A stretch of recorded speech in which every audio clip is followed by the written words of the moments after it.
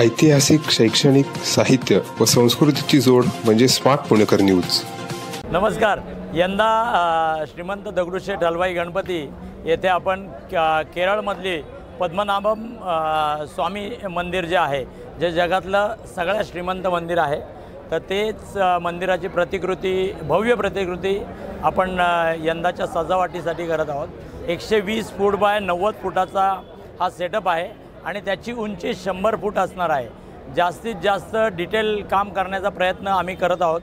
कळसावर म्हणजे गोपूर ज्याला म्हणतात, त्याच्यावर साधारण 500 मूर्त्या असणार आहेत आणि भव्य प्रमाणातले याळी पिलर जे म्हणतात साऊथला, तसे 30 खांब असणार आहेत। याच्यामध्ये एक प्रमुख गणपतीच्या वरच्या बाजूला एक घुमट असणार आहे, त्याचप्रमाणे 3 मोठी सिलिंग असणार आहेत। अशी प्रत्येक ठिकाणी कलात्मकता दाखवण्याचा आम्ही प्रयत्न करत आहोत आणि ही संधी मला मंडळाने दिली, त्याकरता मंडळाचे सर्व पदाधिकाऱ्यांचे व कार्यकर्त्यांचे मी मनापासून आभार मानतो। कामाची आत्ता सुरुवात झाली आहे।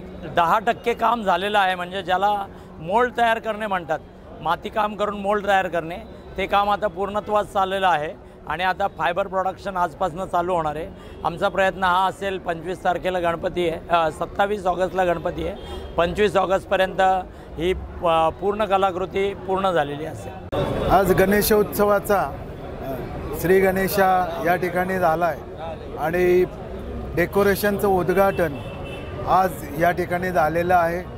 या वर्षीचं वैशिष्ट्य म्हणजे 100 फूट उंच हे डेकोरेशन असणार आहे आणि रस्त्याच्या दुतर्फ जे नेहमी आपल्याला काढायला लागते, तर हे यावेळे जरा आम्ही 30 फुटाच्या वरतीच सगळं डेकोरेशन करतो आहे, त्यामुळे ते विसर्जन मिरवणुकीला कुठलाही अडथळा राहणार नाही अशा पद्धतीचं यावेळे बनवलेलं आहे।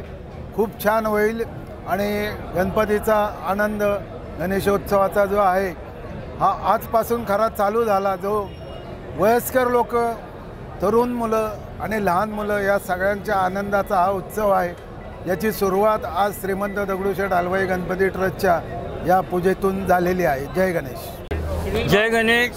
श्रीमंत दगडूशेठ हलवाई गणपतीच्या सजावटीचा शुभारंभ आज या ठिकाणी बाबूराव सरस मैदानाच्या समोर आपला दरवर्षीप्रमाणे होतोय।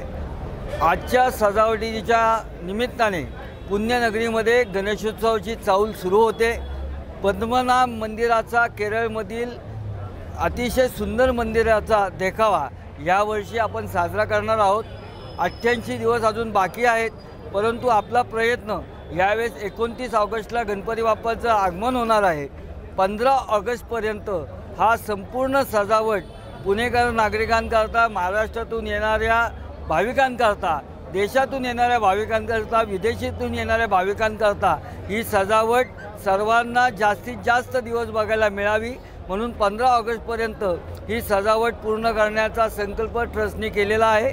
विनायक रासकर यावर्षी ह्या सजावटीचं जे निर्मिती करणार आहेत ते विनायक रासकर आहेत। काळे हे आपले मंडपवाले आहेत आणि त्याला नयनरम्य विद्युत रोषणाई ही वायकर बंधूंच्या माध्यमातून आपली केली जाणार आहे। सजावट हा त्याच्यातला एक भाग आहे।